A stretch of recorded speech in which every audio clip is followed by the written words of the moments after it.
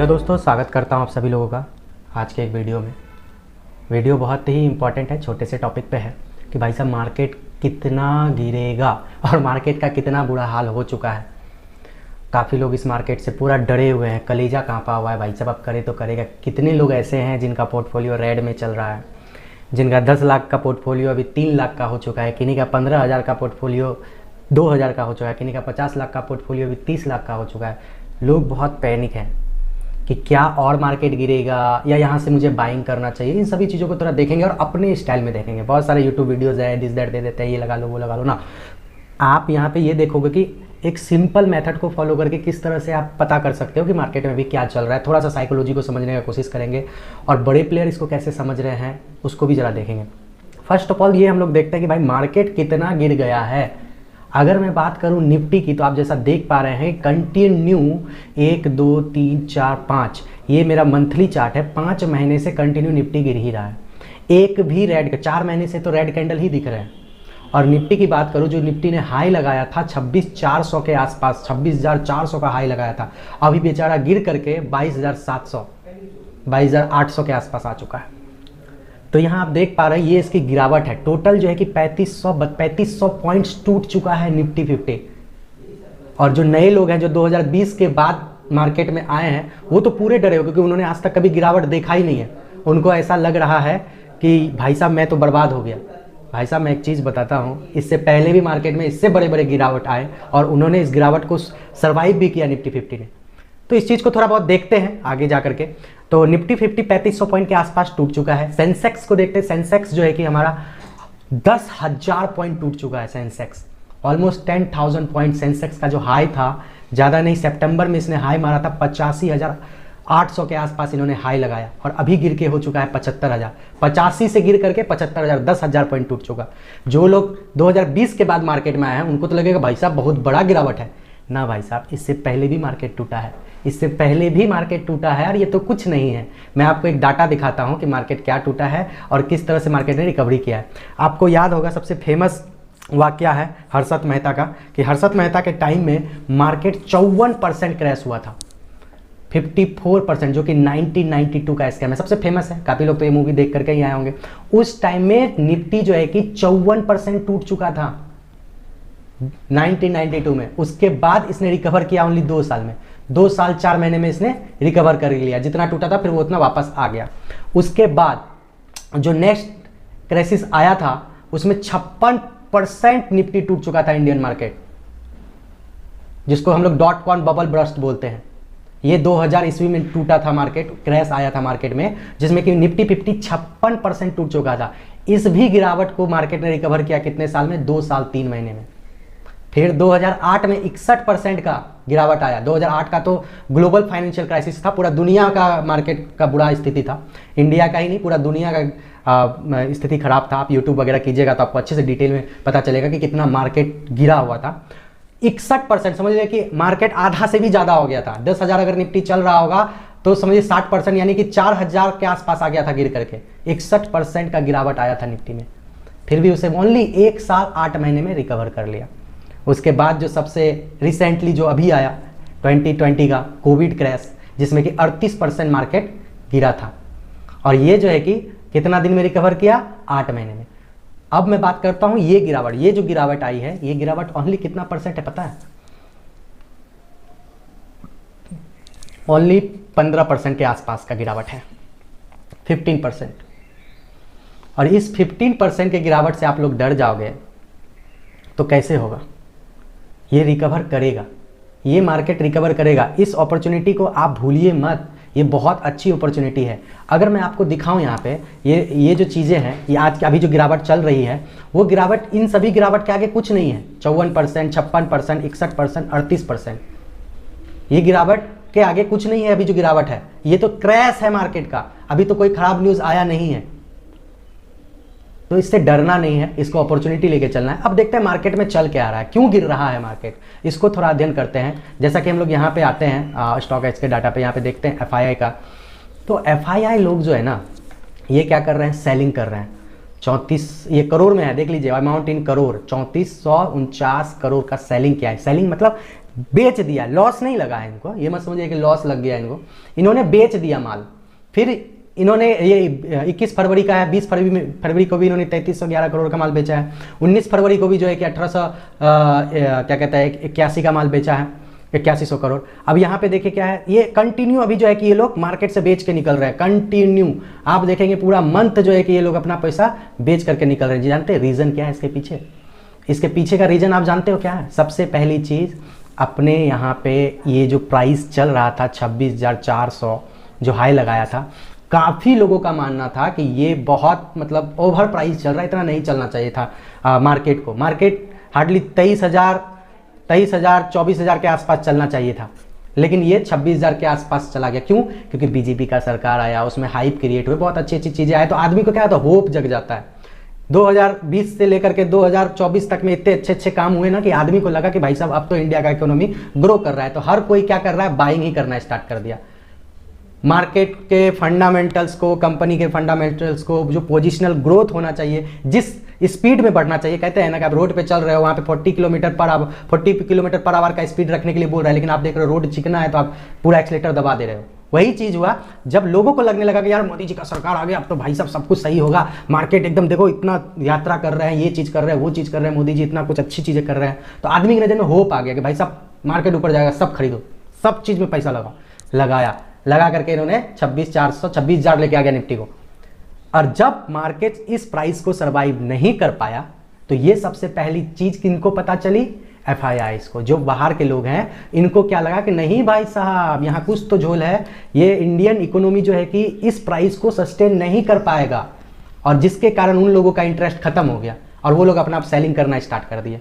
वो लोग अपना सेलिंग करके निकलने लगे, और जब वो सेलिंग करके निकलने लगे तो मार्केट में गिरावट आया। और अभी भी मार्केट उठ नहीं रहा है। सबको लगता है कि अब मार्केट उठना चाहिए, लेकिन क्या करे, अभी कोई गुड न्यूज़ तो आया ही नहीं है, एक भी गुड न्यूज़ है ही नहीं, कोई पॉजिटिव न्यूज़ है ही नहीं जिसको लेकर के मार्केट में बाइंग स्टार्ट हो। अभी इतना अच्छा गुड न्यूज़ आया था कि 12 लाख से नीचे का जिसका टर्नओवर होगा 1 साल का, उसको कोई टैक्स नहीं है। उस गुड न्यूज़ से भी मार्केट नहीं उठा, उस गुड न्यूज़ से भी मार्केट जो है कि मोमेंटम नहीं किया आप साइड में, तो और कहाँ कोई गुड न्यूज़ आने वाला है। अगर कोई अच्छा गुड न्यूज़ आता है देन मार्केट फिर से रिकवर करेगा। हाँ, लेकिन अगर गुड न्यूज़ नहीं आता है तो मार्केट कहाँ तक गिरेगा। काफ़ी लोगों का ये मानना है कि भाई साहब अगर मान के चलिए गुड न्यूज़ नहीं आता है, कुछ ऐसा खबर नहीं आता है या कुछ ऐसा चीज़ें नहीं आता है, तो मार्केट कहाँ तक गिर सकता है। तो मैं आपको जहाँ तक मुझे लगता है, और काफ़ी लोगों को मैंने देखा है और एनालिसिस भी किया है, क्योंकि मार्केट का जो सपोर्ट जो दिख रहा है ना, एक सपोर्ट तो अभी सपोर्ट पे चल ही रहा है। वो सपोर्ट क्या है, 22,800 पे अगर आप देखेंगे, मैं यहाँ पे डे का चार्ट करता हूँ और इसको थोड़ा सा छोटा करता हूँ चार्ट को, तो 22,800 पे अगर मैं यहाँ पे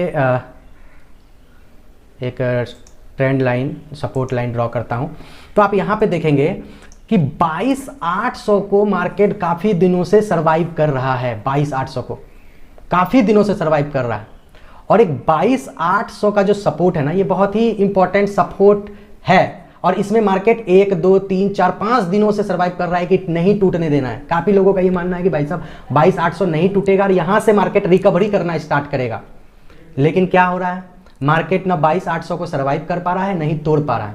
लेकिन यहाँ पे क्या कर रहा है, यहाँ पे कंसोलिडेशन जोन में अगर आप देखेंगे तो 22,800 के पास जो है कि मार्केट कितने दिनों से यहाँ पे चल रहा है, ये डे का कैंडल है, 1 2 3 4 5 6 दिनों से 22,800 का जो सपोर्ट है इसको सरवाइव कर रहा है। लेकिन आज क्या किया है, देखिए यहाँ पे 22,800 से 5 पॉइंट नीचे गया, इसको कंसीडर नहीं करेंगे, 10-20 पॉइंट को कंसीडर नहीं करते हैं। टूटना मतलब अच्छे से टूटना चाहिए, एक बड़ा स्पाइक कैंडल आना चाहिए, उसके बाद टूटे तो फिर उसको ब्रेक बोल सकते हैं, लेकिन ये छोटा कैंडल बन के जो जा रहा है उसको हम लोग ब्रेक नहीं बोल सकते हैं। तो जो सबसे इंपॉर्टेंट जो नियरेस्ट सपोर्ट है वो तो यही दिख रहा है, 22,800 नहीं टूटना चाहिए। काफ़ी लोगों का होप है कि भाई साहब, बहुत लोगों का पोर्टफोलियो क्या है, डाउन जा रहा है, उन लोगों का होप है कि थोड़ा मार्केट उठ जा भाई, थोड़ा सा तो रिकवर कर। लेकिन अगर मान के चलिए कि 22,800 का लेवल तोड़ देता है, मार्केट यहाँ से नीचे चला जाता है, जो इसका नेक्स्ट सपोर्ट होगा वो सपोर्ट होगा 22,500। ये बहुत इंपॉर्टेंट सपोर्ट होगा, और साइकोलॉजिकल भी बहुत इंपॉर्टेंट सपोर्ट है। काफ़ी लोगों का ये मानना है कि 22,500 तक जाएगा, और कुछ लोग जो है, जो बड़े ट्रेडर हैं, वो तो चाहते हैं कि भाई साहब 21,900 तक चले आए मार्केट, फिर वो एग्रेसिव बाइंग करेंगे। देखिए जब ये 22,500 आएंगे ना, तो काफी लोग बाइंग करना स्टार्ट कर देंगे। काफी लोग जो बड़े बड़े ट्रेडर्स हैं वो लोग भी बाइंग करना स्टार्ट कर देंगे क्योंकि उनके भी नजर में मार्केट गिर गया है बहुत ज्यादा, ऐसा उनको लगेगा।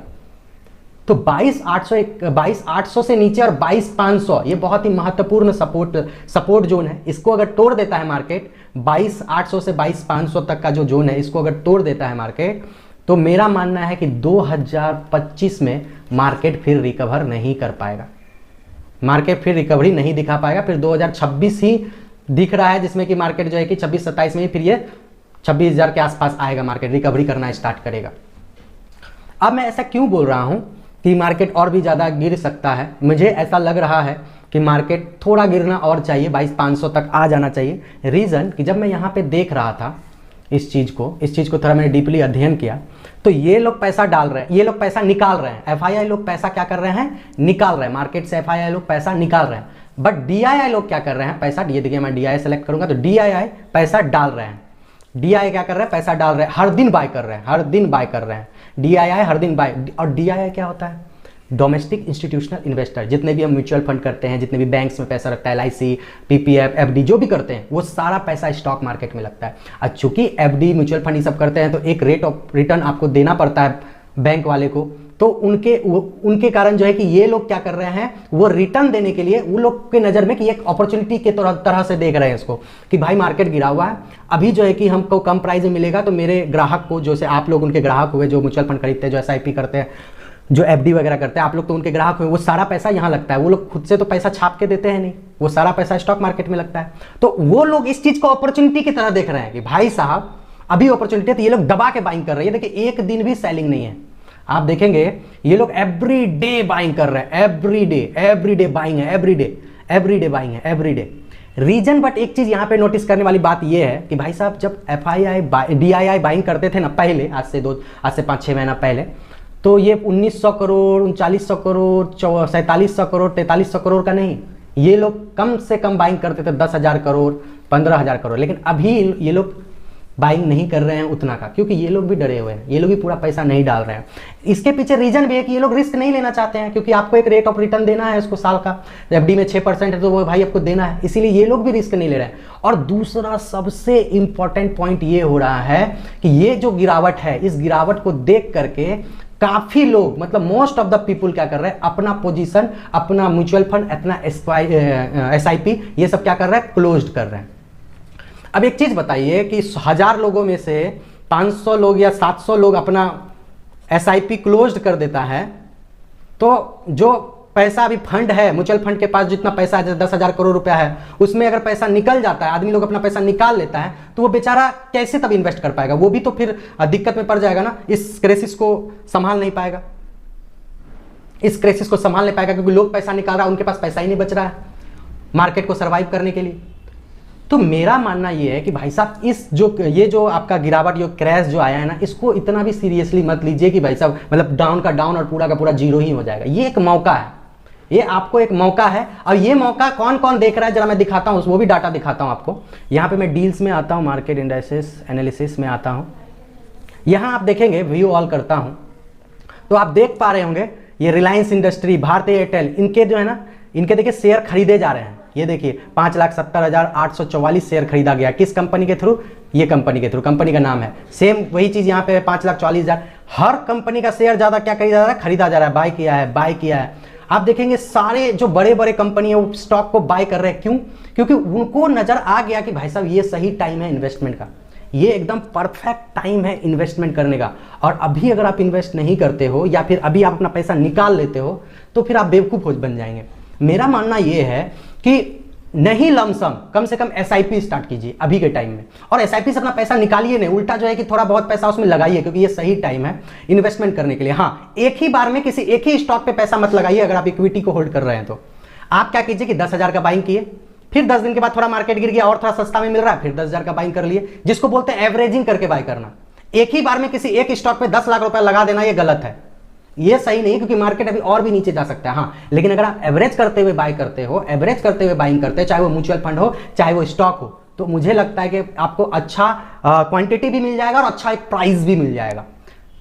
तो आई होप कि थोड़ा बहुत आपको आइडिया हो रहा होगा कि बड़े लोग इस चीज को कैसे समझ रहे हैं और कैसे देख रहे हैं। और कौन कौन सा सेक्टर अभी गिरा हुआ है वो सब ढूंढिए। अगर वो चीज़ ढूंढने में प्रॉब्लम्स आते हैं तो आप हमारा जो है कि हमसे कांटेक्ट कर सकते हैं, हम लोग आपकी मदद करेंगे। अगर आप ट्रेडिंग नहीं जानते हो, एनालिसिस करने नहीं जानते हो, तो आप दिए गए नंबर पे कांटेक्ट कीजिए। हम लोग आपको ट्रेडिंग सिखाएंगे कि एक्चुअल में ट्रेडिंग क्या होता है, स्टॉक मार्केट क्या होता है, कैसे हम लोग फंडामेंटल एनालिसिस करते हैं, कैसे टेक्निकल एनालिसिस करते हैं। इन सारी चीज़ों को हम लोग सिखाते हैं फ्री ऑफ कॉस्ट। तो ये टोटल जानकारी से मोटा मोटा व्यू हमको क्या दिख रहा है कि मार्केट में अपॉर्चुनिटी है बाइंग करने का भी, क्योंकि बड़े बड़े इन्वेस्टर बाइंग कर रहे हैं। आप तो 1-2 लाख से करेंगे, लेकिन ये लोग तो देखिए कितना स्टॉक बाय कर रहा है। ये लोग यहां तक कि FII तो छोड़िए निकल, लेकिन DII तो बाय कर रहा है ना। DII एक भी दिन सेलिंग कर रहा है क्या? DII वाले बेवकूफ तो नहीं है, म्यूचुअल फंड मैनेजर बेवकूफ तो नहीं है। उन लोगों को तो अपॉर्चुनिटी दिख रहा है ना, उन लोगों को तो अपना पोर्टफोलियो सब, उनको तो सारी चीजें समझ में आ रहा है। हाँ, अगर DII भी बेचना स्टार्ट कर दे अपने फंड को तब प्रॉब्लम हो सकता है। लेकिन यहाँ ऐसा हो रहा है क्या? यहाँ पे इस टाइप से हो रहा है क्या कि DII अपना फंड को बेच रहा हो? यहाँ पे आप देखेंगे FII अपना हक पूरे फंड को निकाल रहा है। चलिए ठीक है, वो निकाल रहा है, लेकिन अपने इंडियन इन्वेस्टर, इंडिया का जो इंस्टीट्यूशंस है जैसे DII डोमेस्टिक इंस्टीट्यूशन इन्वेस्टर, वो लोग तो बाइंग कर रहे हैं ना भाई साहब। अपने इंडिया की कंपनी को, अपने कंपनी पे भरोसा है ना। तो ये चीज़ के लिए मैं बता रहा हूँ आप लोगों को भी अपने इंडिया के ग्रोथ पे भरोसा रखिए। 100% मार्केट रिकवर करेगा और 1 साल के अंदर, 2 साल के अंदर ये फिर से 30,000 क्रॉस कर जाएगा। होप तो यही है। बस ये अपॉर्चुनिटी मिस नहीं करना है। थोड़ा बहुत एनालिसिस करके, थोड़ा थोड़ा करके, मैं ये नहीं बोल रहा हूँ कि आप लाखों का बाइंग कीजिए, हजारों का बाइंग कीजिए। आप थोड़ा थोड़ा करके SIP कीजिए, थोड़ा थोड़ा करके 1-2 शेयर खरीदना स्टार्ट कीजिए, क्योंकि आपको अच्छे प्राइस में मिल रहे हैं। अभी एकदम समझ लीजिए कि बहुत सस्ते प्राइस में मिल रहा है आपको सारे स्टॉक। तो ये सही टाइम है, इन्वेस्ट कीजिए, खुश रहिए। मिलते हैं किसी और वीडियो में, तब तक के लिए बाय बाय।